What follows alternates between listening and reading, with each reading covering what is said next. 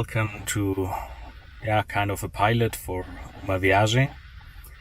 My UMM, the Jeep I wanted to drive, is still in the workshop. So I had to get a rental car to get around this time during my vacations. And so I got this Nissan Qashqai, which is actually a pretty decent car. Has a huge sunroof, and unfortunately it's not an all-wheel drive, it's just front wheel, but it's kind of high, so you can get into some more non-asphalt roads than you would with a Toyota Aygo or whatever you usually get as a rental car. This time I'm close to Braga and I'm visiting Iron Age hill fort settlement, whatever you call it, called Citânia de Briteiros. Sometimes in the video you might notice that I say dos Briteiros, which is completely wrong. It's de Briteiros, because it's next to a city called Briteiros. And so please have fun following me along and listening to my ramblings.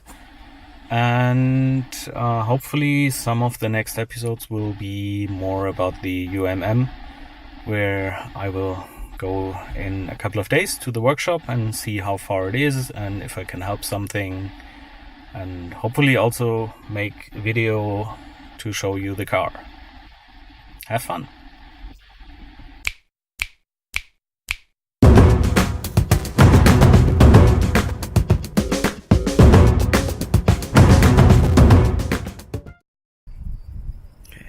I'm here in Citânia de Briteiros, an Iron Age settlement in North Portugal, close to Braga.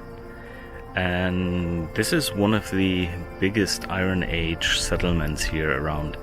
It's Celto-Iberic, so the Celts from that region. Earliest traces are from around Bronze Age or even Neolithic Age. And it was habited until the 2nd century BC, with the strongest occupation in between 200 before Christ to 200 after Christ. Around 1000 there was a small monastery or small hermitage. What do you call it when a hermit lives there? So this is a place which has a couple of thousand years history. And it's just huge. It's tens of hectares. About 7 of them are excavated, and so I'm going around and see what I can find here.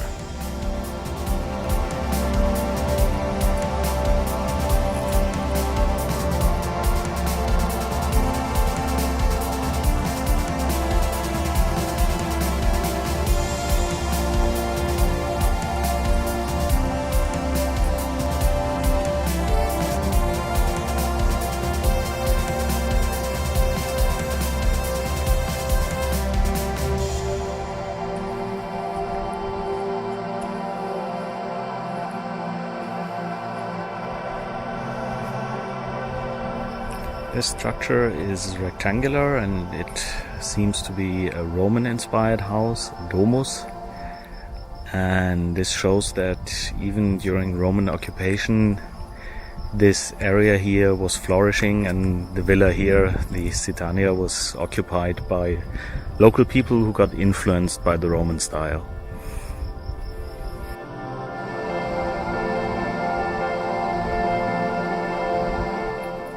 These are Iron Age roundhouses, which seem to be the typical housing for pre-Roman times, and you can find them all over Europe, all over where the Celts have left their traces.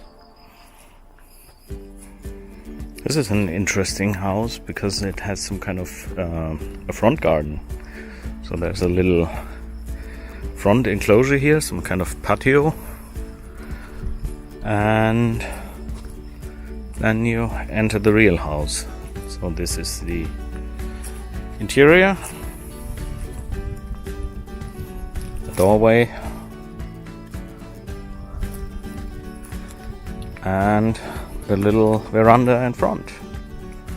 So even Iron Age people like to have a front garden where they put their petunias and whatever kind of plants they were growing then. This is one of the main streets where, according to the leaflet, the rich and famous were living, and this road will lead to the house of the council, which we'll see in a minute.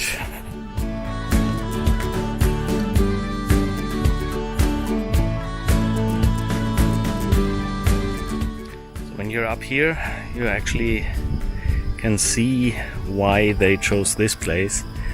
The view of the surroundings is just spectacular.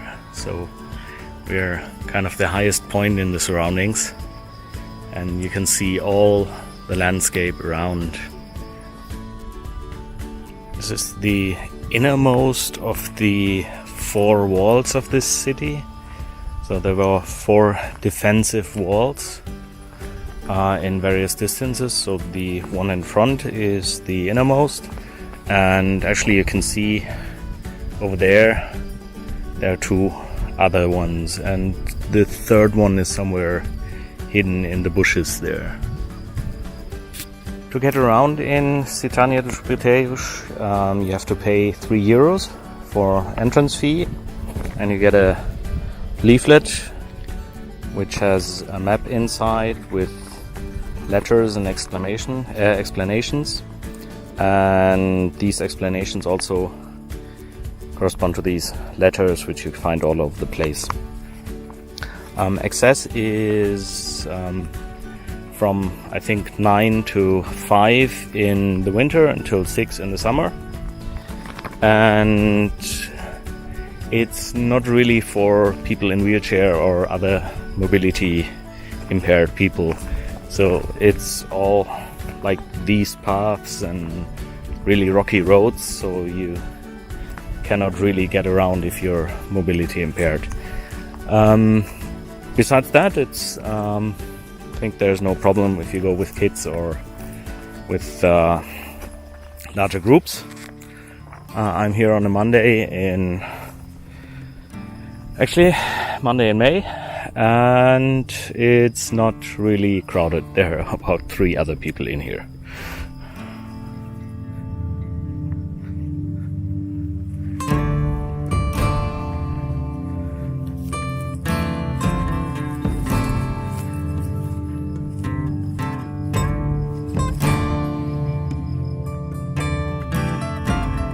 These are 2 reconstructed roundhouses. The reconstruction was done at the end of the 19th century, so they got a couple of things wrong, but they seem to be of historic value to be one of the first reconstructions.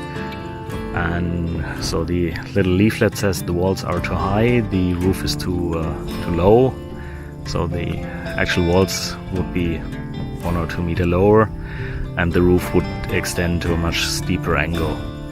And of course they wouldn't have used wire and iron nails to fix up the thatching. Some of the stones have engravings like this spiral thing here, and this is just at the door of one of the reconstructed roundhouses.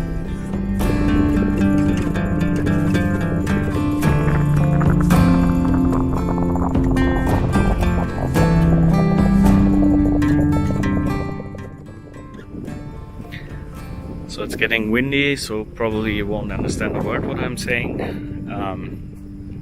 This is the southeastern end of the Citânia, and this is called the House of the Council.